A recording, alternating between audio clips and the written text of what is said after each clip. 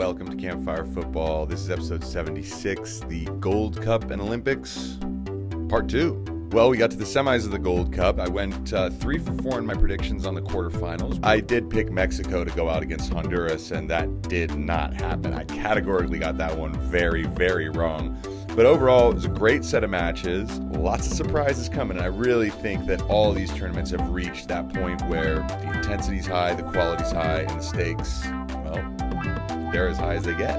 I would say Canada were really impressive throughout against Costa Rica, winning 2-0. Mexico, they were impressive, beating Honduras 3-0. All the goals coming in the first half. It was a very comfortable win to USA Jamaica. Now, this match was great. I loved the way Jamaica's tactics were completely clear and obvious. There was nothing ambiguous about what they were trying to do. They trust their game plan. They go long, they go direct, and they go quick. To be honest, the U.S. had far more chances to score than Jamaica. Jamaica, look, like I said, they played the game very well, but to be fair, at the end, Matthew Hoppe gets the late winner. Now, the semifinal that they play will be very interesting because they play Qatar, who beat El Salvador in for sure the game of the round. Qatar score first and then take a 2-0 lead from an absolutely ridiculous goal. Hatim had this just beautiful cutback at the top of the box, then hits a bomb into the top corner. Probably the goal of the tournament. It's going to be very tough to beat that one. Then they got the third. I don't understand the decision. After a shot hit the foot of the defender and bounced up into his hand, and they gave the penalty for this.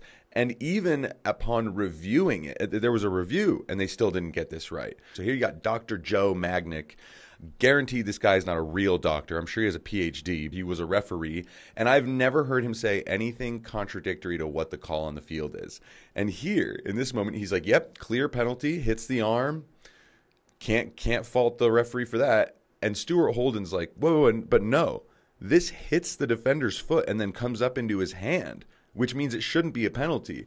And the guy goes, very interesting detail that you've just seen there. Yeah, that makes the call a little bit more difficult to make. I mean, unbelievable. Like, dude, get off the air. Get off the air. All of us know it's not a penalty. After that little rant, got to talk about what El Salvador did. They came back roaring because of this goal, which was so cool to see because they looked pretty dead and buried most of the game. They didn't look like they were going to create much. This unjust decision just catapults them into life. 2 goals from Rivas in 3 minutes. They should have had one more at some point at the end. They created so many chances, and they're just very unlucky.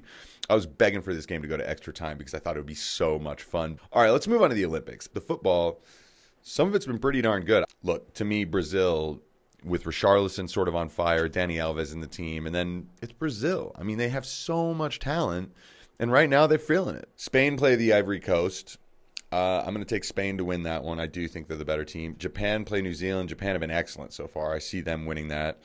Brazil, I think they'll beat Egypt. And then South Korea, Mexico. I think this will be tight, but I really do think Mexico.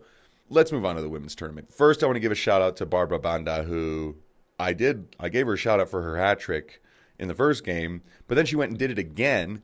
2 hat tricks in a row. I think it's hard to look past Sweden as current favorites to win the whole thing because of how they've done so far. Netherlands, Brazil finished 3-3 with some great goals, and Jansen's free kick at the end was just icing on the cake. Amazing game. The tournament does actually really start now.